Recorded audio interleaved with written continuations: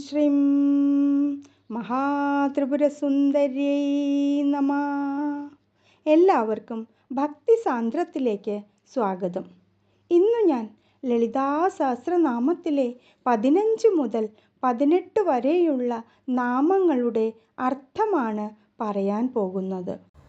അഷ്ടമി ചന്ദ്രവിഭ്രാജദളികസ്ഥലശോഭിതാ മുഖചന്ദ്രകളങ്കാഭമൃഗനാഭിവിശേഷകാ വദനസ്മരമാംഗല്യഗ്രഹതോരണചില്ലികാ വക്ത്രലക്ഷ്മീപരീവാഹ ചലന്മീനാഭലോചനാ.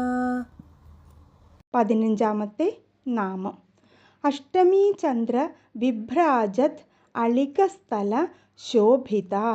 അഷ്ടമി ചന്ദ്രൻ, അഷ്ടമിയിലെ ചന്ദ്രനെ പോലെ. അഷ്ടമി എന്ന് പറഞ്ഞാൽ 8ാമത്തെ ദിവസത്തെ ചന്ദ്രൻ. അത് അർദ്ധവൃത്താകൃതിയിലാണ് ഉണ്ടാവുക. അങ്ങനെ അർദ്ധവൃത്താകൃതിയിൽ ശോഭിക്കുന്ന നെറ്റിത്തടത്തെയാണ് വിശേഷിപ്പിക്കുന്നത്.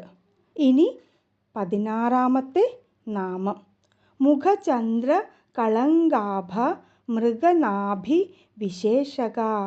മൃഗനാഭി എന്നാൽ കസ്തൂരി, കളങ്കാഭ കളങ്കം പോലെ. എന്താണ്? ചന്ദ്രന് ഒരു കളങ്കമുണ്ട് എന്ന് പറയുന്നത് പോലെയാണ് ദേവിയുടെ കസ്തൂരി തിലകം ഒരു കളങ്കമാണ് എന്നാണ് ഇവിടെ പറയുന്നത്. പക്ഷേ അത് ഒരു കളങ്കമല്ല, ദേവിയുടെ മുഖത്ത് ഒരു ശോഭയാണ് എന്നാണ് വിശേഷിപ്പിച്ചിരിക്കുന്നത്. ഇനി 17ാമത്തെ നാമം വദനസ്മരമാംഗല്യ ഗൃഹതോരണ ചില്ലിക. വദനം മുഖം, സ്മരൻ കാമദേവൻ. കാമദേവന്റെ ഭവനം മംഗളഭവനമാണ്. അത് അത്രയും മനോഹരമാണ്.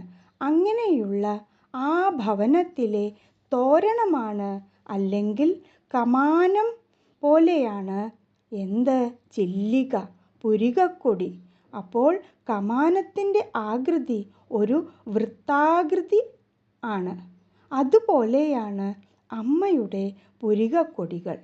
വദനസ്മരം മുഖമാകുന്ന, സ്മരമാംഗല്യഗൃഹം കാമദേവന്റെ ഗൃഹമാണ് ദേവിയുടെ മുഖമെങ്കിൽ അവിടുത്തെ തോരണം തൂക്കിയതുപോലെയാണ്, അത്രയും ആകൃതി ഉള്ളതാണ് അമ്മയുടെ പുരികക്കൊടികൾ എന്നർത്ഥം. ഇനി 18ാമത്തെ നാമം പരീവാഹ ചലൻ മീന ആഭ ലോചന. വക്ത്രലക്ഷ്മി എന്താണ്? മുഖസൗന്ദര്യത്തെ തന്നെയാണ് ഇവിടെയും പറയുന്നത്. പരിവാഹം, പ്രവഹിക്കുന്ന പോലെ. ആ പ്രവാഹത്തിൽ ചലന്മീനം, ഇളകിക്കളിക്കുന്ന മത്സ്യം പോലെ. ആഭ, പ്രകാശമുള്ള. ലോചനം, കണ്ണ്. അമ്മയുടെ കണ്ണിലെ കൃഷ്ണമണിയുടെ ചലനം മീനിൻ്റെ ചലനം പോലെയാണ്. അമ്മ കണ്ണുകൾ ഇളക്കിക്കൊണ്ടേയിരിക്കുന്നു. തൻ്റെ ഭക്തന്മാരെ ഇടതടവില്ലാതെ കടാക്ഷിക്കുന്നു എന്നർത്ഥം.